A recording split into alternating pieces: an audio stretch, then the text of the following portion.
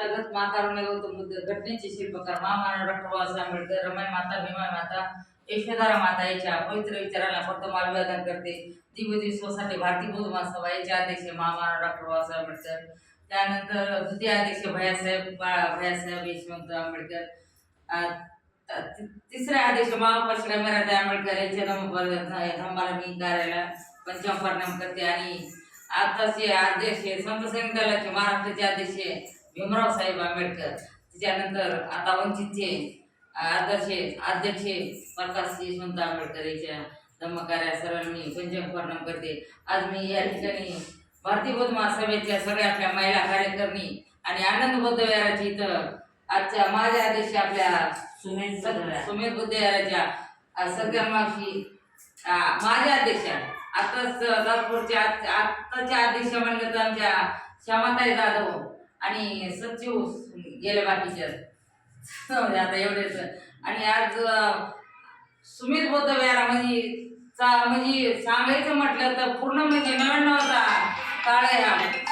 1999 मध्ये आपण आलो शिबिर घेतल्याच्या नंतर आम्हाला मार्गदर्शन कोणी केलं असेल तर पीजी भोसले सरांचं मार्गदर्शन।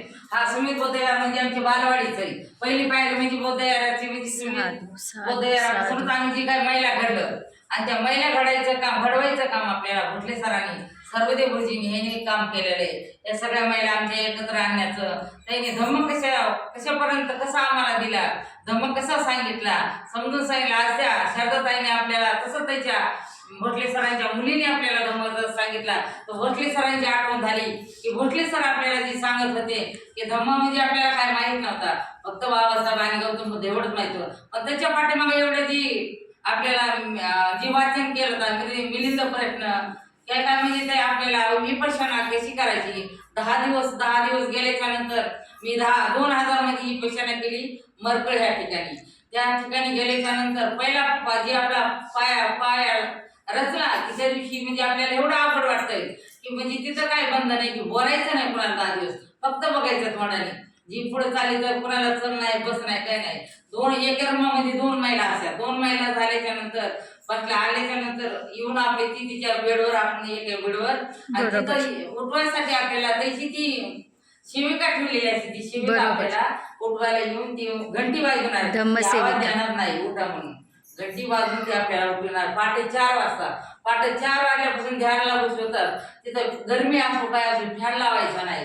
ती म्हणजे कुठलाही आवाज आपल्या कानात आला नाही, फक्त आपल्याला श्वासोच्छ्वासावर आपल्याला त्याच्यावर फक्त आपलं नियंत्रण असलं पाहिजे की आपला श्वास कसा आपण जी काय केलेलं आपल्या अंगीकार म्हणजे आपण 3-3.5 हाताच्या शरीरामध्येच आपल्याला धम्म बघायचा आहे की आपण कसं बघतो आपल्या पायाच्या नकापर्यंत तर या केसापर्यंत आपल्याला आपल्यामध्ये धम्म आपण की वाईट विचार असेल चांगले विचार असतात आपल्याला कुठले घ्यायचे। मी केव्हा शिबिर केलं जिवंत होते त्यावेळेस मी मरकळा शिबिर केलेले ते आणि मला शिकवायला त्यावेळेस कुठले शिक्षक होते ब्रह्मराजातून शिक्षक आलेले होते ते तेव्हा माझं ते शिबिर केलेलं 10 दिवसाचं। पण बोलायचं नाही 10व्या दिवशी आपल्याला मौन होतं आपलं संपत आहे तेव्हा 10व्या दिवशी ते बोलायचं, जेवण घ्यायचं, रांगेमध्ये लागायचं, आपण आपले स्वतःचे स्वच्छ करून कपडे धुयचे, गरम पाणी थंड पाणी ते सगळं आपल्याला तिथं काय म्हणून तिथे गेल्यानंतर धम्म। आज आपल्याला धम्म पुढे एवढं माहिती नव्हती भोसले सरांनी दिली, पण त्याच्या मुलीने शारदाने खूप म्हणजे आपल्याला अगदी म्हणजे खोलप्रमाणे आपल्याला सांगितलेलं आहे की धम्म म्हणजे काय, धम्माची पायरी कुठून आपल्याला म्हणजे कुठे भेटती, आपल्याला धम्म कसा शिकाय भेटतो। आज ते शारदाने आपल्याला खूप अतिशय आपल्याला त्याच्यातून माहिती दिलेली। शिलालेख काय त्या लेणीमध्ये कोरलेला तिथं त्या ह्याच्यावर आपल्याला सांगितलं म्हणजे त्याच्यामध्ये ते उलटे शब्द झाले। आपण मराठी म्हणजे आहे तर ते आपली बाराखडी त्याच्यामधून ते शब्द उलटे आपल्याला शिकविल्या जातात आणि ते खरंच शिकायसारखे मनात आपले जोपर्यंत आहे वय झालं म्हणून नाही मी नाही शिकणार। शिक्षण म्हणजे हे वाघिणीचं दूध आपल्याला बाबासाहेबांनी सांगितलेलं आहे, ते प्रेषण केलं ते गुरगुरल्याशिवाय राहणार नाही। आपल्याला काय पण असं पण ते शिकायचंय म्हणजे आपल्याला कसं शिकायचंय तर आपल्याला कोणीतरी मार्गदर्शक शिक्षक असल्यावर आपण शिकू शकतो म्हणतात ना। गुरु केल्यावरच गुरु आपले फक्त बाबासाहेब भगवान बुद्ध द्यायचा आपण आचार्य विचार करतो की आचरणात आणतो तेव्हाच आपण हुशार होऊ शकतो तर आपल्याला ती माहिती होणार तोपर्यंत माहिती होणार नाही। शारदाताई आपल्याला खरोखरच त्याच्या वडिलांच्या नंतर ते आपल्याला एवढं मार्गदर्शन केलं ना अतिशय बरं वाटलं। खरंच मी सकाळपासून जेवलेले पण नाही तसेच आले की खरं उपसत झालं. थोडाच कार्यक्रम घ्यायचा, विहारात जाऊन हार घालायचा, मंदारा घ्यायचे, आपलं वापस यायचंय. मग बरं झालं, पण जाऊ द्या, असू द्या. याच्यानंतर उपसत झालं. याच्यानंतर मी खरोखर धर्माचं आचार केल्याच्या नंतर 99 मध्ये शिबिर केलं. ती पहिली पायरी माझी गांधीनगरची. त्यावेळेस मी सचिव होते, महिला मंडळाचे होते का नाही, मी महिला मंडळाचे बिहाराचे. आणि त्याच्यानंतर मी काळेवाडीला राहायला गेल्याच्या नंतर भोसले सरांनी असं मी म्हणलं, आता मी तिकडे चालले राहायला, वंदना माझी राहून जाईल. म्हणले नाही, मी घरात संकल्प केला, माझा घर बांधलं आणि इथल्या महिलाला बोलवून